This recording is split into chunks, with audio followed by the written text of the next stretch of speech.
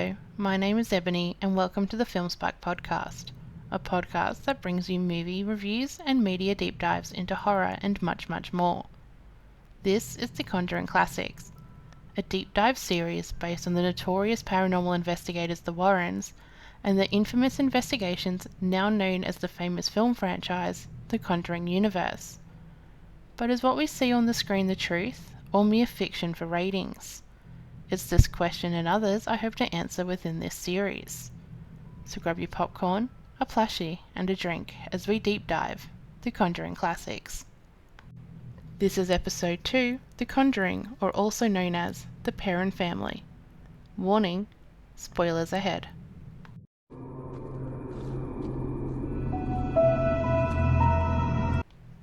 The Conjuring film takes place in 1971 and follows Roger and Carolyn Perron when they move into a farmhouse in Harrisville, Rhode Island, with their 5 daughters Andrea, Nancy, Christine, Cindy, and April. Upon arrival, their dog Sadie refuses to enter the house. A minor mishap during a game of hide-and-seek results in the discovery of the boarded-up entrance to an unknown cellar. Paranormal events occur within the first few nights, and every clock in the house stops at 3:07 a.m. Carolyn awakens with additional large bruises every morning. One day, Sadie is found dead in the yard. Carolyn and Christine both encounter a malevolent spirit. Carolyn contacts the Warrens, who meet with her and agree to conduct an initial investigation, during which Lorraine, a clairvoyant, sees the dark forces have latched onto the Perron family.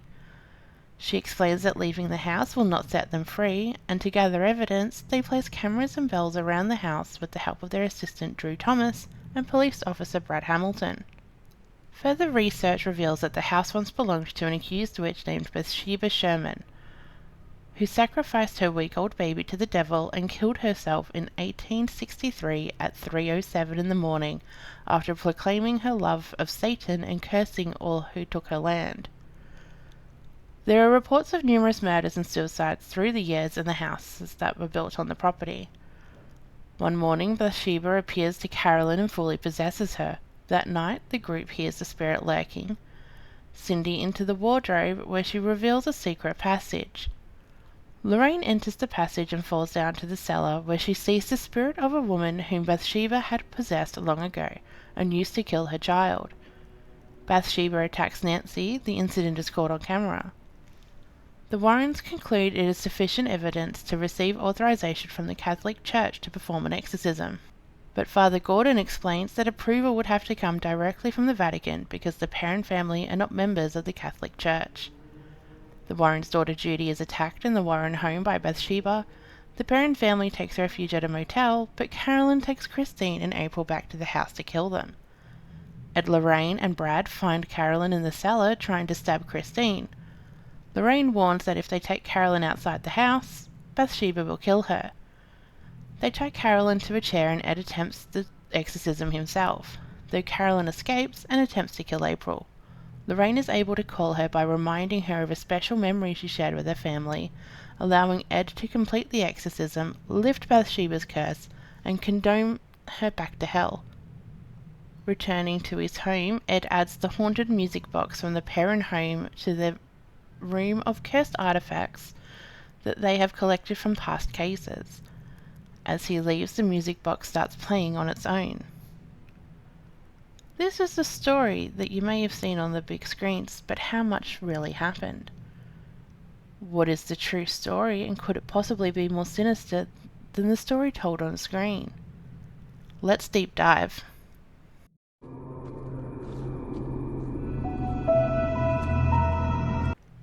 In search of a quiet life, real-life Roger and Carolyn Perron bought the old Arnold estate in Rhode Island. A 200-acre property originally built in 1736, it seemed like an idyllic location to raise 5 children. According to Andrea Perron, the oldest daughter, the family noticed something was off about the property from the moment they stepped foot on it. The seller, who didn't disclose any of the location's sordid history of rape, murder, and suicide, left the family with one warning as he dropped off the keys: leave the lights on at night. Mid an icy snowstorm, they were welcomed to a house that creaked, slammed, and whispered at night. Andrea Perron was the only girl to have her own room. Nancy and Christine shared one, while Cindy and April shared another. However, come night, Andrea's sisters would come crying into her bed, terrified. 8-year-old Cindy sobbed to Andrea that she heard a repeated whisper in her room, saying again and again that there are 7 dead soldiers in the walls. The house was, according to the family, lousy with spirits. One kept them awake at night crying Mama, another the girls made friends with called Manny.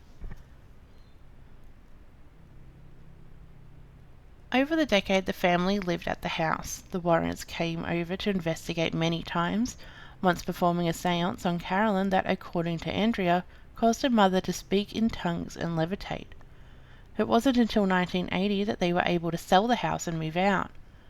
Members of the Perron family still attest to enduring a decade of horrors in the old Arnold house in Harrisville, Rhode Island. Andrea Perron published a 3-part memoir entitled House of Darkness, House of Light. Andrea details incidents such as the stink of rotting fish, a disturbing presence in the basement, and the girls' beds hovering off the ground. The parents lacking enough finances to move to another house. The parents lacking enough finances to move to another house wasn't just a dramatic plot device. The real-life family had no recourse except to stay despite these disturbing events.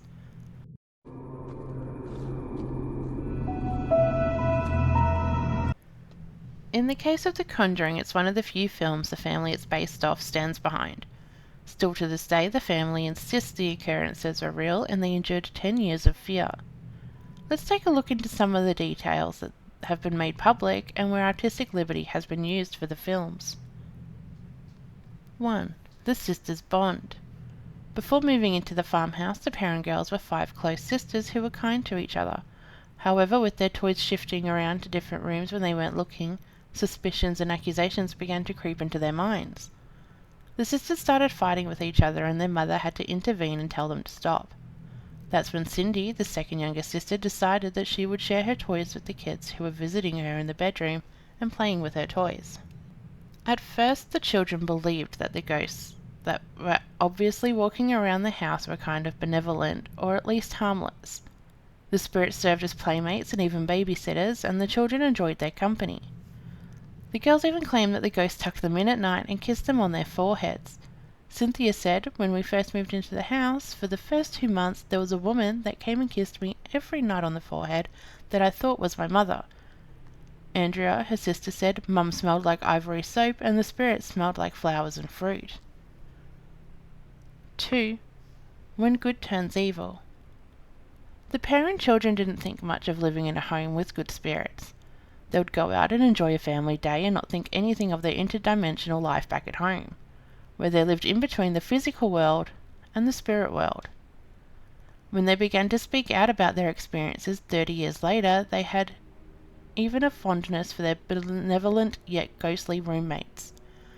However, their parents were aware that something was profoundly amiss and were experiencing something more sinister. Their father would open the front door and be overwhelmed by a putrefying smell. They didn't know how to talk to their mother about what was going on, but something was apparently beginning to trouble, if not torment her. Soon the benevolent ghosts that the children had become accustomed to were replaced with the evil spirits. One day, Cindy said to Andrea that a disembodied voice was telling her about 7 bodies that were buried in the wall. They later came to find out about the number of people who had died either in the house or on the property, both people who lived there and people who were just passing through.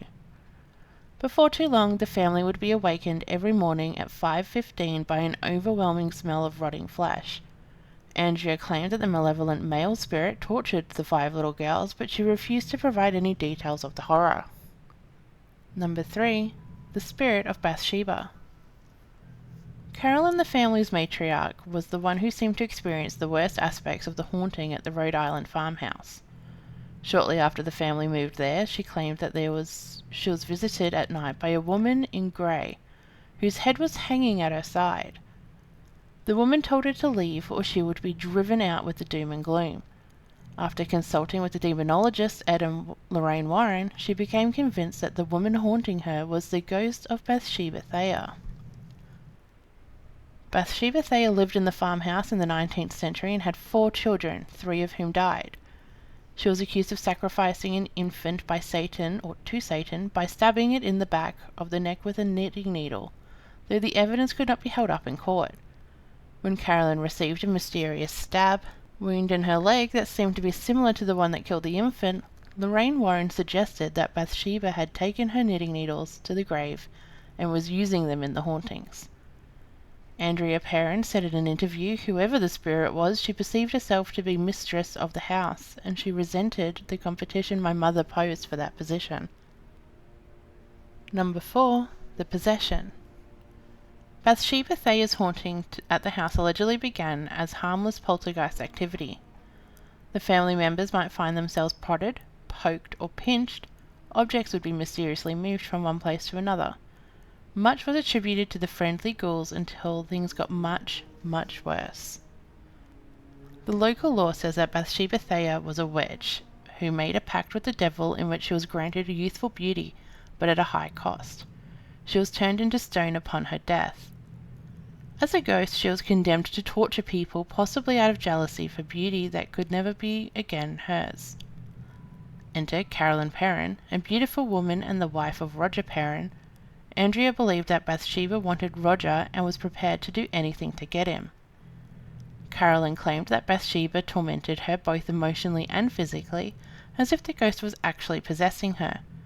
She claimed that Bathsheba stabbed her in the leg with a knitting needle and was continually hiding things, making her feel as if she was going insane. At the least, she always felt drained. Roger, on the other hand, only saw Bathsheba's sweeter side, the loving caresses and innuendos. 5. Contacting the Warrens. In the movie, Carolyn contacts Ed and Lorraine Warren to see if anything could be done about the hauntings occurring at the house. The woman was desperate to relieve the family of the horror that was unfolding. However, in real life, it was the family friend, not Carolyn, that brought them into the story. They were in nearby Connecticut where they were working on other cases of paranormal activity.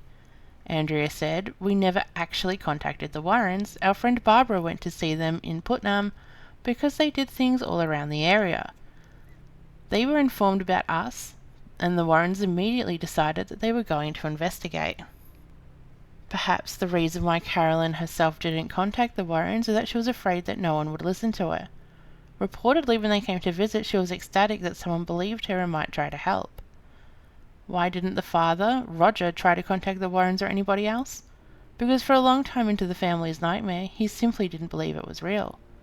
In fact, the girls claimed that at first Roger was actually unhappy about somebody else being brought into the situation. Number 6. Making it worse. In the movie, the Warrens successfully exorcised the house and cleaned it of all the evil spirits. However, the parents claim that the Warrens didn't do anything to make the ghosts leave. In fact, they made everything worse. The Warrens began by talking to each other of the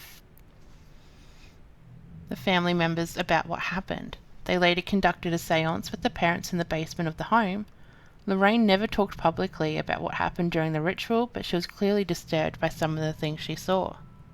Andrea claimed to sneak down into the basement during it. She said, "My mother began to speak a language not of this world in a voice not her own. Her chair levitated and she was thrown across the room." The Warrens continued to visit the family over the next decade. However, their best-intentioned efforts did not alleviate the paranormal activity of the house. Though the family claims that the movie The Conjuring is based on real events that happened to their family, its plot was mainly drawn from consultations with Ed and Lorraine Warren. Number 7. Hide and Clap. In the movie, Hide and Clap is a variation of the classic game Hide and Seek, except it is way, way creepier. In Hide and Clap, the person who is it is blindfolded while everyone else hides. She then claps, and anyone around has to clap in response until someone can be found. In the movie, the blindfolded mother is tormented by Bathsheba Thayer, who repeatedly claps her hands to taunt her. In real life, the girls enjoyed playing hide and seek, especially in the warmer weather. During one of their first games of hide and seek, about 6 months after moving into the house, Cindy decided to hide in the woodshed. To make things a little more fun, she climbed into a wood box that had nothing more than a wooden panel covering it. No latch, key, or anything. Once she realized that her sisters weren't going to come after her, she decided to let herself out by pushing the panel up. However, it wouldn't budge. There were no air holes, nothing. Cindy pushed and screamed, hoping that someone would hear her and let her out, but 20 minutes later she realized that no one was coming. She lay there in a pool of sweat and tears when her sister Nancy came and simply opened up the lid. Cindy was hysterical and unable to breathe. Number 8. The haunting continues. The Perron family was invited onto the set for the filming and production of The Conjuring. At first, all of them were willing to go, but just beforehand, Carolyn changed her mind and decided not to attend. Perhaps she was unwilling to dig up the part of her past, but other people in the family needed the opportunity to begin to find closure and lay it to rest. When the family was visiting the set, Andrea Perron claims that a rogue came out of nowhere and swept through the facility. It knocked down anything in its path, including cameras, lights, and people. The family immediately assumed that the wind was part of what they called Bathsheba's curse. At the same time that the wind blew through, Carolyn fell and broke her hip. Carolyn claimed from her hospital bed that Bathsheba did not want to be exposed. One theory for why the family continued to be haunted by the ghost that tormented them in their farmhouse was that the spirit was connected to the people rather than to the territory. It was willing to leave the farmhouse and unwilling to let go of the family. Number 9. The new occupants. Nancy Sutcliffe, who owns the property that the Perrons used to occupy, is adamant in claiming that the house is absolutely not haunted. She insists that ever since purchasing the property in 1987, there have been no paranormal disturbances or supernatural events, not even from the benevolent spirits that visited the Perron family shortly after they moved in, which has led her to make attempts to discredit the entire story. There could be several explanations for the current state of affairs. One is that the ghost that terrorized the Perrons left. They probably didn't go immediately when the Perrons moved, as there were reports that subsequent homeowners who also tormented while they were in the house. They may have in some way or another followed the Perrons throughout their lives, because the degree of haunting that they experienced after they left the house was incredibly diminished. Another explanation is that the story of the Perrons told was false. After all, the movie Conjuring is based more on the case files of Ed and Lorraine Warren than on autobiographical evidence presented by the family. However, Andrea Perron wrote a trilogy, House of Darkness, about their experiences. Another possibility is that the ghost is still present and waiting for the right person to begin haunting again. Number 10. Was it really Bathsheba? The idea that the most malevolent of the spirits at the house, the one torturing and even possessing Carolyn Perron, was the ghost of Bathsheba Thayer, came from Lorraine Warren. Karen had a perfectly concentric wound on her leg that mysteriously appeared about the time that the Warrens began to investigate the haunting. Lorraine saw it and immediately presumed that it was made by Bathsheba Thayer, who was accused of stabbing an infant in the back of the neck as a means of sacrificing the child to Satan. Lorraine claimed that Bathsheba took the knitting needles to her grave and used them in the hauntings. Lorraine's story is based almost entirely on assumption and circumstantial evidence. The people were unable to prove that Bathsheba actually did stab a child with a knitting needle, so it's entirely possible that the crime never even transpired. In fact, there is no historical evidence that such a trial even took place. Additionally, the ghost never claimed to be the spirit of Bathsheba Thayer. If there indeed was an evil spirit haunting the family, and the family insists that there was, it may have been an unknown entity that was not associated with another person's ghost at all. So, in conclusion, what have we learned? The Perron family definitely experienced something, but what? Who really knows? The Conjuring film is loosely based on the Perron family, however more so introduction to the Warrens as opposed to the Perron family itself. Bathsheba was real, however malevolent, unlikely. Malevolent, unlikely. How do you feel about the Perrons and their experiences? Are you a believer or merely a skeptic? My name is Ebony, this has been the Film Spark Podcast, and thank you for joining me in episode 1 of the Conjuring Classics, The Conjuring. Join me for episode 2 next week, Annabelle. and have a good night.